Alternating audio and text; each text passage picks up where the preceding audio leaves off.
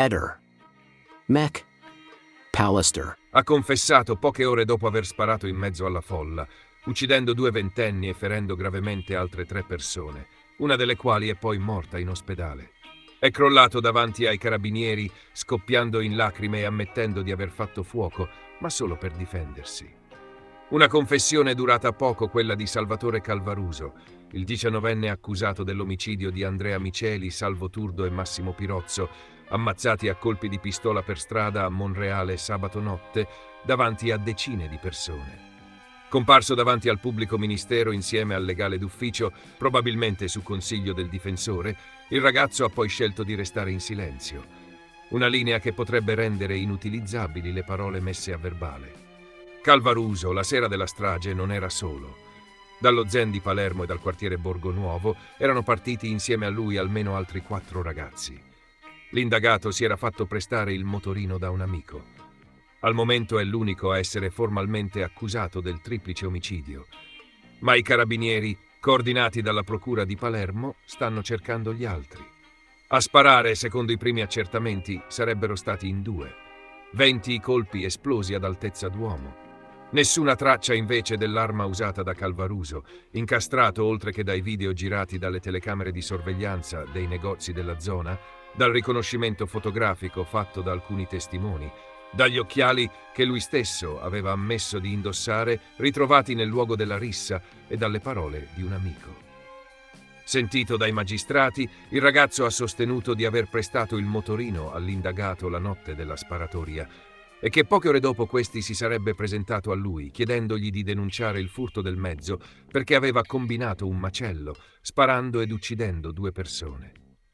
Indizi pesanti indicati nel provvedimento di fermo emesso la scorsa notte, che nelle prossime ore, forse mercoledì, dovrà essere convalidato dal GIP.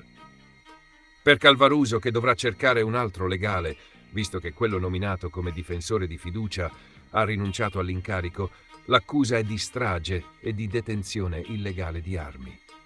Contestazioni pesanti quelle mosse dai PM, secondo i quali il bilancio poteva essere anche peggiore, visto che la strada era piena di gente e sono stati sparati colpi ad altezza d'uomo.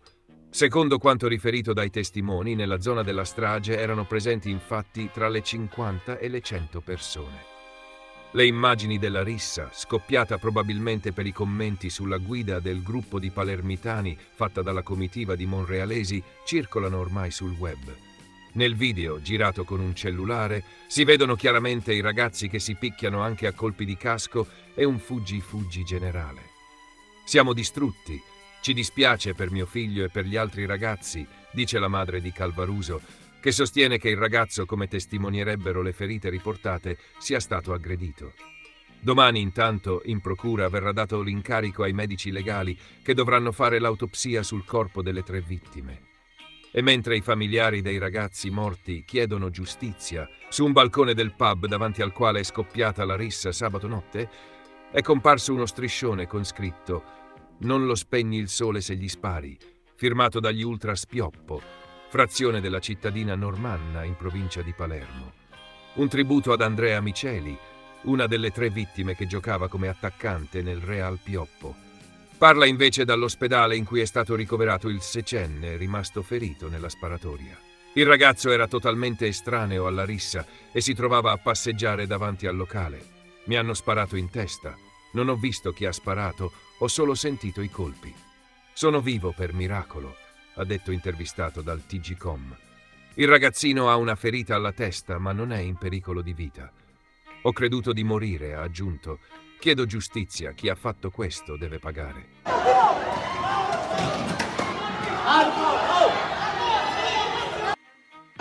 Marco! Catilla non ti muovere giù! Catilla non ti muovere!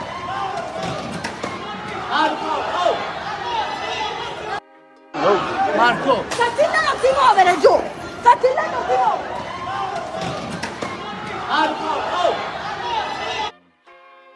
Sebastiano Visintin con grande fatica dopo tanto tempo ammette praticamente di non essere passato dalla Galleria Rossoni la mattina del 14 e quindi si libera quella slot temporale delle 9.05 in cui potrebbe avere preso Liliana. Questo potrebbe essere un grande passo avanti e invece viene vanificato dalla nuova teoria fantastica della sosia. Se Liliana non fosse uscita di casa, a questo punto Sebastiano, avendola ammazzata prima, non solo non sarebbe passato dalla Galleria Rossoni ma nemmeno da tante altre gallerie, per cui questa importante scoperta viene vanificata. La teoria della sosia sta contribuendo in modo attivo a giustificare e salvare vari comportamenti di Sebastiano Visintin. Sebastiano sperava di trovare appigli da tutte le parti e li ha trovati paradossalmente in una teoria appoggiata dallo stesso Claudio Sterpin. Oltretutto, se qualcuno avesse voluto fare credere che Liliana era fittiziamente uscita di casa perché in realtà era morta in casa, avrebbe sicuramente portato fuori anche i suoi telefoni, se no che depistaggio è? Quindi la sosia si sarebbe recata chissà dove coi cellulari, facendoci credere quindi di doverla cercare da qualche parte e poi sarebbe morta. Invece la sosia esce ma i cellulari restano dentro, portando quindi automaticamente gli inquirenti ad avviare le indagini dalla casa dove sarebbe stata uccisa, quindi dilettanti allo sbaraglio. Claudio Sterpin prima sostiene di aver parlato alle 8.22 con Liliana, ma poi evidentemente non crede più nemmeno lui a questo, visto che sostiene che 10 minuti dopo per Damiano Chiesa passi una sosia. Tutto ciò funziona per difendere Sebastiano meglio della stessa difesa dei Bevilacqua. Ne stiamo parlando da più di 3 anni, e siamo ancora qua a parlare per l'ennesima volta degli stessi episodi.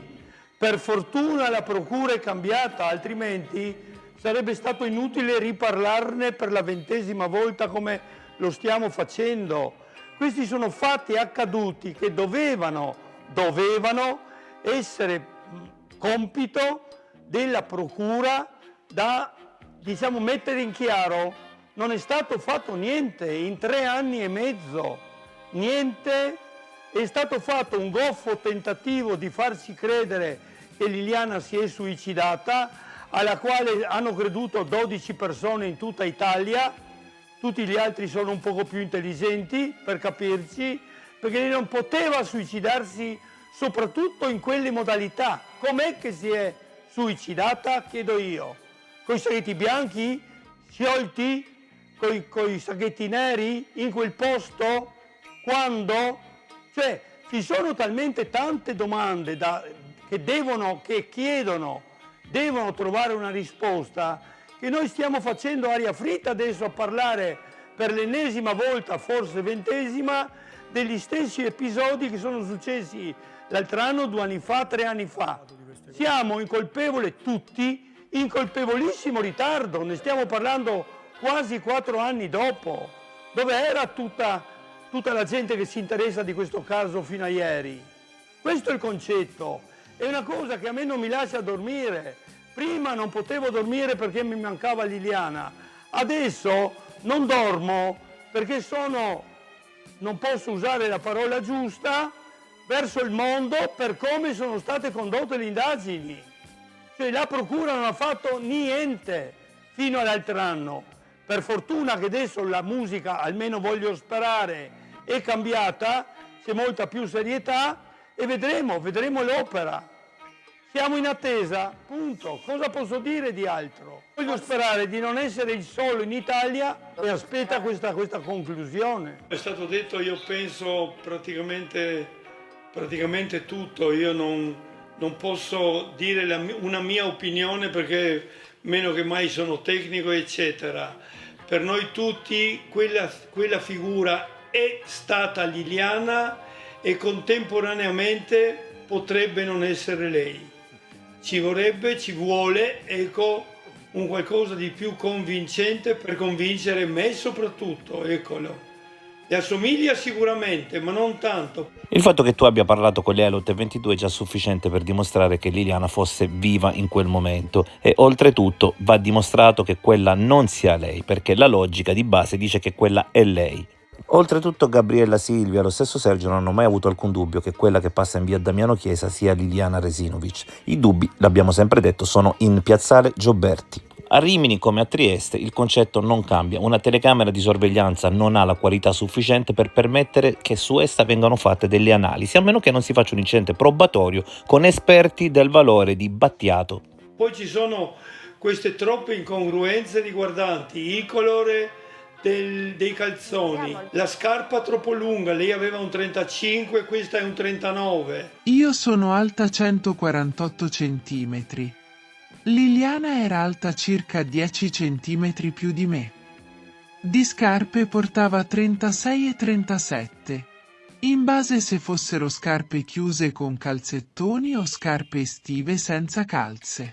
Da una telecamera di sorveglianza si può capire se passa un'auto o un camion, cioè una differenza evidente si coglie, ma chiaramente se si tratta di pochi centimetri la differenza non può essere colta e sarebbe assurdo pensare di poter notare il contrario. E allora molto intelligentemente si sta cercando di rimpicciolire Liliana facendola diventare più bassa e diminuendo anche il suo numero di scarpe. Il giubbotto che potrebbe non essere suo con una fibbia, eccetera, cioè sono emerse diverse particolarità che non sono state o viste o non si è voluto vederle o comunque ci sono. Secondo me dovrebbe essere controllato con molta più attenzione di quella che è stata fatta, cioè per tutti quella era Liliana, punto e basta.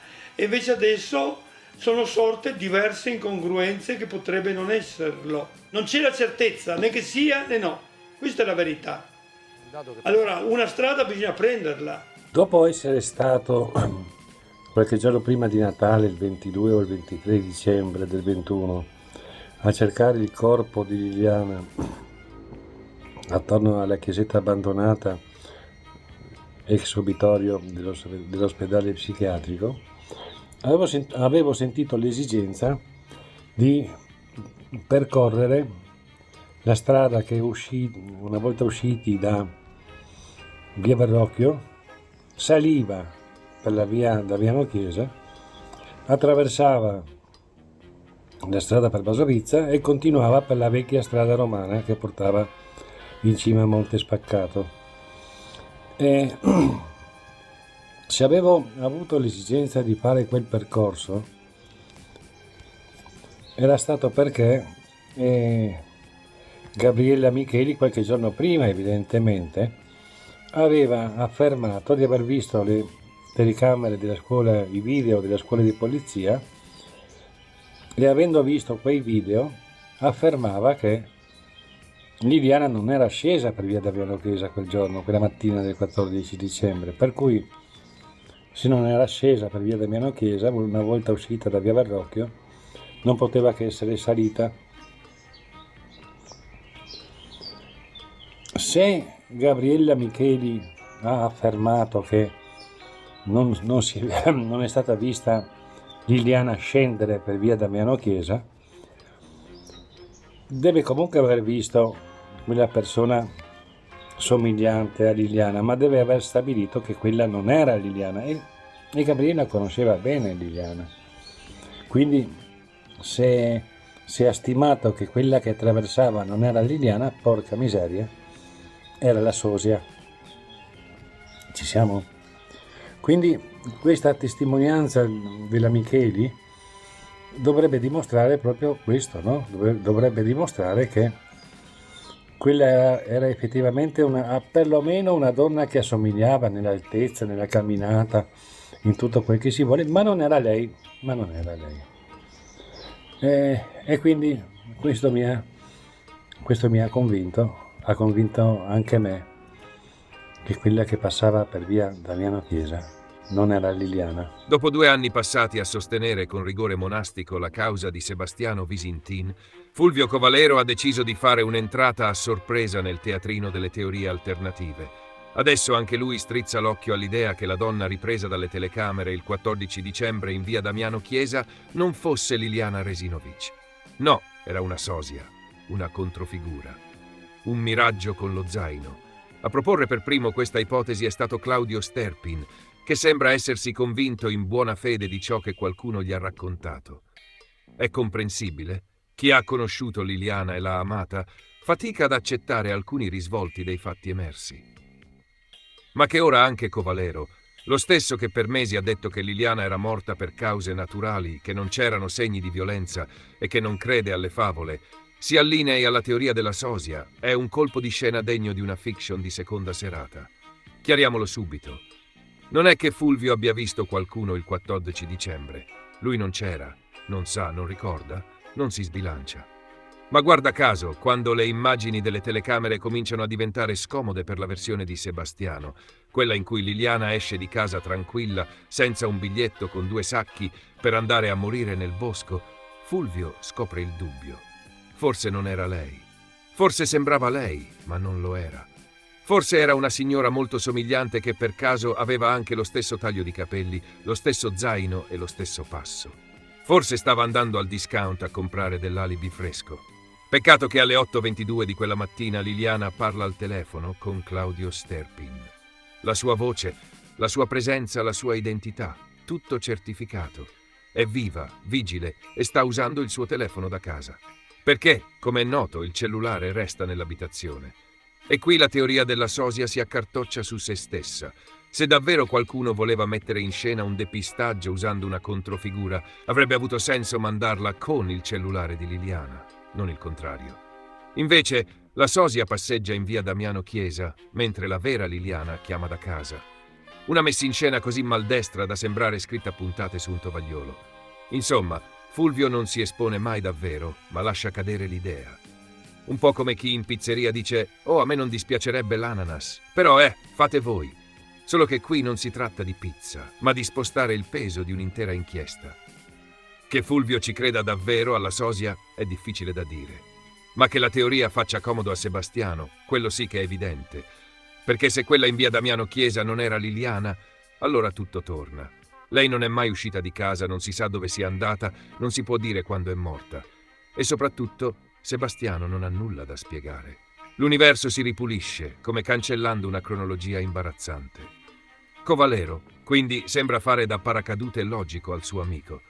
Ma nel farlo finisce per sposare una tesi che nemmeno in una puntata di Stranger Things sarebbe stata accettata senza alzata di sopracciglio. La sosia non è una spiegazione, è una scorciatoia. Un pass VP fuori dal labirinto dei fatti. E il bello è che Fulvio riesce a dirlo con l'aria seria, quella da investigatore alternativo, come se stesse facendo una riflessione profonda e non un favore narrativo. Forse pensa che se lo dice a voce bassa sembra un'ipotesi tecnica. Ma il pubblico se n'è accorto.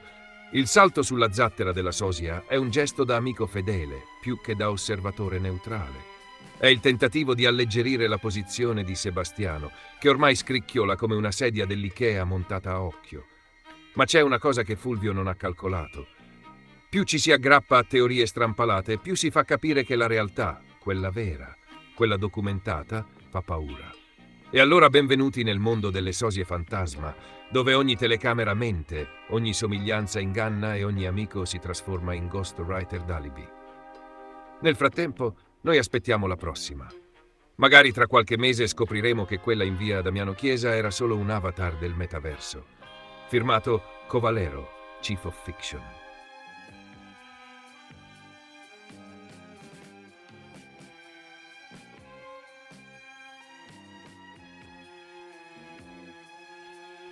Ehi, non dimenticare di iscriverti a questo canale.